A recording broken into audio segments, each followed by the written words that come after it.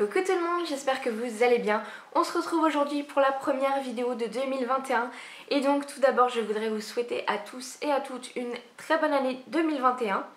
Je crois que j'ai dit 2020 juste avant, bref c'est pas grave, je vous souhaite une très bonne année 2021. Perso je suis pas du genre à penser que ça va être une super année, pour moi je pense que ça va juste être 2020 bis, mais ça n'empêche pas de réaliser tout un tas de belles choses et de beaux projets. Donc c'est ce que je vous souhaite, c'est ce que je me souhaite aussi pour moi. Et bah on verra bien ce que l'année nous apportera. Donc on se retrouve aujourd'hui pour la première vidéo de l'année et surtout la première vidéo du mois de janvier. Et du coup on va faire les sorties livresques de janvier. Il y a vraiment pas mal de choses très intéressantes. Je sais pas si j'ai pas rejeté un coup d'œil hier, j'ai pas eu le temps ni aujourd'hui. Donc bon il y a déjà vraiment pas mal de sorties, donc j'espère que j'en ai pas raté des très importantes. Si c'est le cas, n'hésitez pas à me le mettre en commentaire. Et on va commencer tout de suite avec le 6 janvier. Tout d'abord, le 6 janvier sort Ces orages-là de Sandrine Colette chez JC Lattès. Sandrine Colette, j'ai lu 2 livres d'elle à l'heure actuelle. J'ai lu Juste après la vague que j'ai détesté et Des nœuds d'acier que j'ai adoré. Et celui-là me hype pas mal. On est avec une jeune fille qui a réussi à s'extraire d'une relation toxique et du coup dans laquelle une relation toxique qui l'a réellement détruite, et du coup maintenant elle vit recluse, sans amis, sans famille et sans travail dans une petite maison fissurée dont le jardin s'apparente à une jungle. Et je pense que voilà, on va être pas mal dans la psychologie avec cette jeune fille. Il parle de roman viscéral sur l'obsession. Je pense que ça va me plaire énormément. En plus j'aime beaucoup les histoires où il y a des relations toxiques. Enfin je trouve ça intéressant à lire. Je dis pas que j'adore lire ça, hein. Non, mais je trouve ça assez intéressant à lire. Et du coup il m'intéresse pas mal celui-là. Toujours le 6 janvier sort Solitude de Nico Takian chez Calman Levy. Et celui-là pareil, il me hype de ouf. Déjà la couverture est juste magnifique. Je ne sais pas trop de quoi ça parle, je sais juste qu'on est dans le Vercors et que voilà, il va y avoir une part de la nature, je ne sais pas. Voilà, on nous parle dans la 4ème de couverture de régions avec des hivers impitoyables, des brumes. Enfin tout ça, ça me hype vachement. Et en plus on retrouve une femme nue pendue à un arbre. Voilà, donc voilà, on est bien dans du thriller, on est bien dans du Nico Takian. J'ai hâte de le découvrir. Sort ensuite Retrouve-moi de Lisa Gardner chez Albin Michel. Je l'ai noté parce que c'est une grosse sortie de janvier de chez Albin Michel. Apparemment Séverine l'a lu et a dit que c'était un petit peu une suite de Lumière Noire, je crois. En tout cas on peut le lire sans, mais on se fait complètement spoiler Lumière Noire. Sachant que j'ai pas lu Lumière Noire, je risque pas de lire celui-là, mais peut-être qu'il peut vous intéresser. Et pour finir, en grand format, le 6 janvier sort L'enfant de la prochaine aurore de Louise Erdrich chez Albin Michel aussi. Louise Erdrich est une autrice amérindienne, amérindienne, et qui a écrit pas mal de livres. J'en ai plusieurs dans ma palle et j'ai voulu noter celui-là parce que j'ai jamais lu encore cette autrice, mais elle m'intéresse beaucoup. En plus de ça, dans celui-là, on est dans un roman post-apocalyptique. Je trouve ça super intéressant. Donc voilà, on a ce côté apocalyptique et on est quand même dans du Louise Erdrich. Du coup, on est avec un couple de blancs qui adopte une petite amérindienne. Et du coup, elle essaie de trouver un lieu où se réfugier, puisque c'est un peu l'apocalypse. Et voilà, j'en sais pas beaucoup plus. Je suis pas sûre de vous l'avoir bien présenté, mais il me fait très envie. On passe ensuite aux sorties poche du 6 janvier. Et tout d'abord sort Le tatoueur d'Auschwitz, je sais jamais comment le dire, de Heather Moritz chez J'ai lu. Ce livre, ça fait tellement longtemps que j'ai envie de le lire, il est dans ma wishlist depuis super longtemps. Je ne sais plus de quoi ça parle, je crois qu'on va suivre du coup un homme qui est tatoueur, enfin qui tatoue, je crois, les gens qui étaient dans les camps de concentration avaient des numéros tatoués sur eux. Et du coup, je crois que c'est ça qu'il fait. J'en sais pas plus, je sais juste que c'est une très belle lecture, beaucoup de personnes ont eu un coup de cœur et ça fait très longtemps que j'ai envie de le lire, du coup j'ai hâte de pouvoir mettre ma main dessus ce 6 janvier. Oui, j'irai à la FNAC le 6 janvier avec ma carte cadeau et j'irai me l'acheter. Mais ce sera pas le seul, puisque je me prendrai aussi et toujours Les forêts de Sandrine Colette au livre de poche. Je sais plus de quoi ça parle, je sais que je l'avais noté l'année dernière, que j'attendais sa sortie poche. C'est du Sandrine Colette. J'ai envie de lire tout ce qu'elle a écrit, même si pour l'instant c'est du 50-50 avec elle. Et du coup voilà, je me prendrai celui-là en janvier et j'ai très hâte de le découvrir. Et pour finir, le 6 janvier sort Celle qui pleurait sous l'eau de Nico Takian au livre de poche. Donc c'est la sortie poche de son livre qui est sorti l'année dernière. Et je crois que c'est le tome 3 de sa saga Toxique et Fantasmé. J'ai pas commencé la saga, je crois que j'ai que le tome 2 en plus. Donc je risque pas de commencer la saga. Mais voilà, si ça vous intéresse, sachez qu'il sort le 6 janvier. Moi j'attendrai de commencer la saga et de voir si elle me plaît surtout. On passe ensuite au 7 janvier et tout d'abord sort Douve de Victor Gilbert chez Hugo Thriller. Je ne sais plus trop de quoi ça parle, mais on nous parle d'un village mystérieux au milieu de la forêt avec des mystères. Moi ça me suffit, j'ai envie de foncer et de le lire. Sort ensuite le 7 janvier Justice indienne de David Eska Wambidi-Wayden chez Gallmeister. Alors celui-là je n'ai pas trouvé la quatrième de couverture sur Amazon. Mais voilà, c'est du Gallmeister, donc je sais que ça sera du bon. Et en plus, quand c'est avec des Amérindiens, ça me plaît encore plus. Donc voilà, bon, j'attendrai sans doute la sortie totem, mais je voulais le noter, peut-être qu'il pourrait vous intéresser. Et moi, je le mets dans ma wishlist d'attente des sorties poche. On va donc passer aux sorties poche du 7 janvier. Donc tout d'abord sort Homo Domesticus de Scott James C. chez La Découverte. C'est un essai, je crois, dans la même veine, je pense, que Homo sapiens, mais sur la domestication de l'homme, enfin, quand les hommes se sont posés, sédentarisés et ont commencé l'agriculture, je crois. J'aime beaucoup tout ce qui touche à la préhistoire et j'aime ce genre d'essai. D'ailleurs, je suis en train à l'heure actuelle d'écouter Homo sapiens sur Audible. J'y vais doucement, mais sûrement, voilà. Et du coup j'ai très hâte aussi de pouvoir découvrir cet essai. Toujours le 7 janvier sort aussi Le Choc de Karnak de Sophie Marvaux chez 10-18 et là on reste dans la préhistoire. Alors ce que je peux vous dire dessus c'est qu'on est à Karnak en 4700 avant Jésus-Christ avec 3 peuples qui se partagent le territoire, les pêcheurs de la côte, les nomades de la forêt des buttes et de nouveaux venus les cultivateurs qui incendient les terres pour les défricher. Voilà, déjà en plus on est dans le même registre que le livre juste avant. Il y a un homme qui est assassiné et du coup, voilà, c'est le bord de la guerre, sauf que 3 femmes décident de s'interposer, donc une femme de chaque camp, et elles vont enquêter sur ce meurtre. Je pense que ça peut être très intéressant, déjà j'aime beaucoup tout ce que fait 10-18, et en plus voilà, à la préhistoire, une enquête, je pense que ça peut beaucoup me plaire.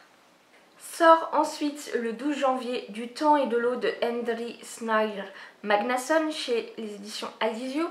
C'est un auteur et poète islandais. J'ai d'ailleurs un livre de lui dans ma palle, je crois que c'est Love Star, que j'ai toujours pas lu. Et là il écrit un livre, je sais pas trop dans quoi le placer, c'est pas un roman. Je vais vous lire il y a un commentaire de Dutch Zeitung, je sais pas si c'est un journal allemand ou quoi, bref, je vais vous lire un petit peu le petit résumé qu'il en fait parce que voilà, ce sera plus simple pour comprendre. L'auteur mêlant faits scientifiques et récits biographiques avec une plume poétique détruit nos certitudes au fil du texte, nous mettant face à une sombre réalité. Cette transition est déjà en train de se produire, donc on parle, je vous ai pas parlé de quoi ça parle de base, c'est du réchauffement climatique, de la transition écologique, tout ça, on nous parle des glaciers, voilà, puisqu'il va se baser sur sa vie, sur son pays, donc qui est l'Islande. Moi ça m'intéresse évidemment, hein, déjà voilà, j'essaye de lire le maximum de littérature islandaise que je peux.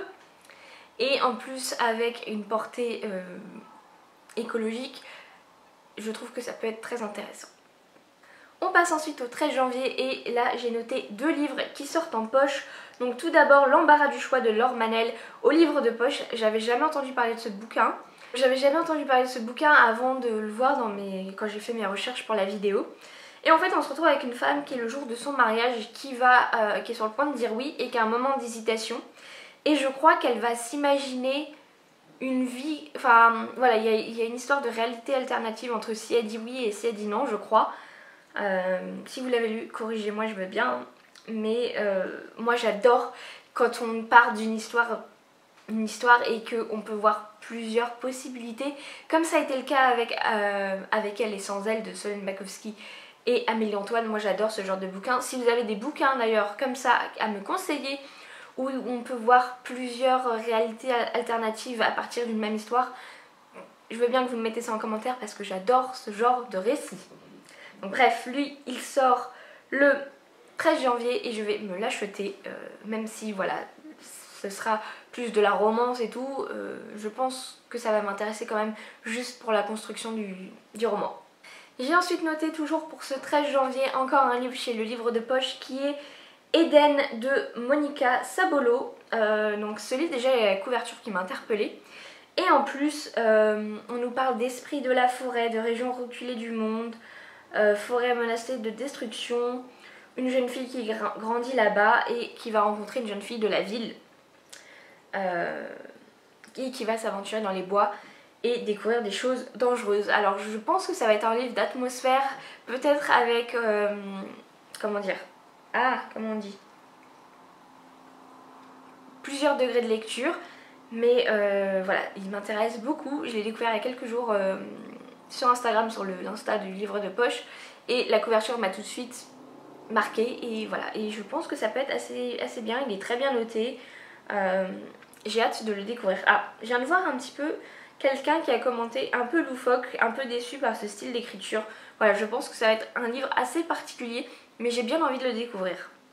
On passe ensuite au 14 janvier et là il y a le livre qui m'intéresse limite le plus de tout le mois, en tout cas en grand format. Livre que j'aurais bien... Je vous ai parlé que j'aimerais demander DSP et celui-là j'aurais bien voulu, mais bon, voilà, déjà il sort dans 2 semaines, donc je me dis ça sert plus à rien de demander maintenant. Et je sais pas, je me sens pas encore d'attaque. Bref, ce livre c'est L'aide de Caril Ferret chez Les Arènes. Déjà, est-ce qu'on peut parler de la couverture s'il vous plaît? Elle est juste magnifique avec cette aurore boréale. Et du coup on se retrouve avec un ethnopolar, puisque Caril Ferret... Oui, Caril Ferret c'est ce qu'il écrit. J'en ai jamais lu encore de lui, j'en ai plusieurs dans ma pile à lire.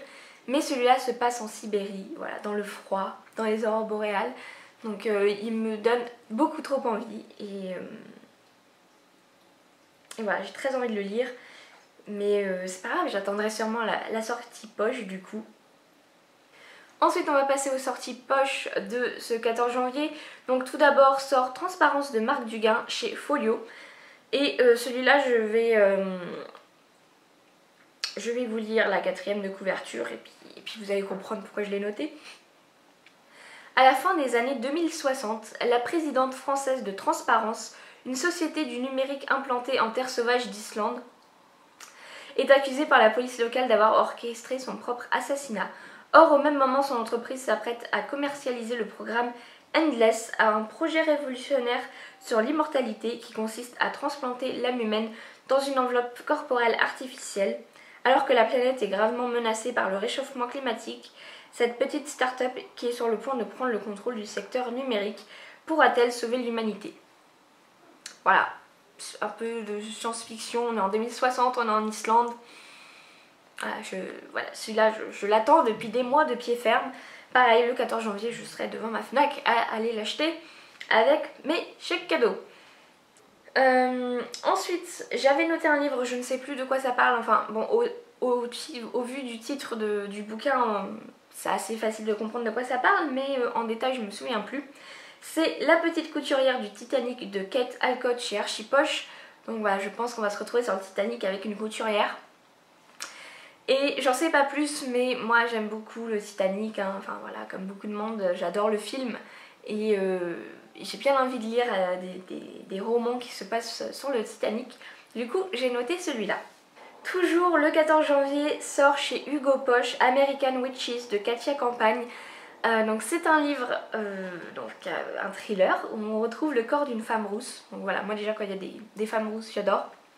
Donc à quelques kilomètres d'une bourgade américaine. Et du coup on va avoir un enquêteur qui va enquêter du coup sur ce crime et qui va devoir se plonger dans des mythes et légendes. Je pense qu'on va nous parler évidemment des sorcières. Est-ce que c'est vraie sorcière, enfin sorcière au terme magique ou sorcière au terme femme forte, parce qu'à l'époque voilà c'était ça les sorcières, c'était juste des femmes indépendantes et fortes. Et dans tous les cas ça me hype de ouf, j'ai beaucoup trop envie de le lire. Et voilà, je vais sûrement craquer pour celui-là aussi. Toujours le 14 janvier sort Double Amnésie de Céline Dangean chez Pocket. Je l'ai noté parce que je me suis dit qu'en janvier j'allais me prendre le cheptel. Vu que Double Amnésie sort, j'ai très envie de lire Double Amnésie et il faut d'abord lire le cheptel. D'ailleurs je crois qu'avant même il faut lire La fille de Cali, mais il n'est pas sorti en poche. Voilà, je ne sais, enfin en tout cas je ne sais plus l'ordre. Si quelqu'un sait l'ordre des livres de Céline Dangean, je veux bien que vous me le disiez. Et voilà, sort Double Amnésie en poche le 14 janvier et moi je me lirai le cheptel en ce début d'année. Et pour finir le 14 janvier sort Armorican Psycho de Gwenaëlle Le Guellec. Alors je pense qu'au vu du titre et du nom de l'auteur on est en Bretagne hein, et je ne sais plus de quoi ça parle parce que ça fait très longtemps qu'il est dans ma wishlist, donc je vais regarder de quoi ça parle. Oh, j'avais oublié, mais l'histoire a l'air vraiment très intéressante. Un photographe solitaire atteint d'une maladie le contraignant à voir le monde en noir et blanc, enquête sur la disparition de son ami et se retrouve confronté à un mystérieux tueur se faisant appeler le tailleur de sel. En Bretagne, le tailleur de sel. Bref, en tout cas, j'adore la 4e de couverture. On va passer aux sorties du 21 janvier, j'ai noté que 2 sorties poche. Tout d'abord Le manteau de neige de Nicolas Leclerc chez Point. C'est un livre dont j'avais entendu parler sur la chaîne de Séverine, où on est avec une femme qui a une maladie je crois. Attendez, il faut que j'aille relire ça. Ça y est, je m'en souviens. Donc on est avec Katia qui est aptophobe, c'est-à-dire qu'elle ne supporte pas le contact physique. Moi je crois que je suis un petit peu aptophobe, hein, un tout petit peu.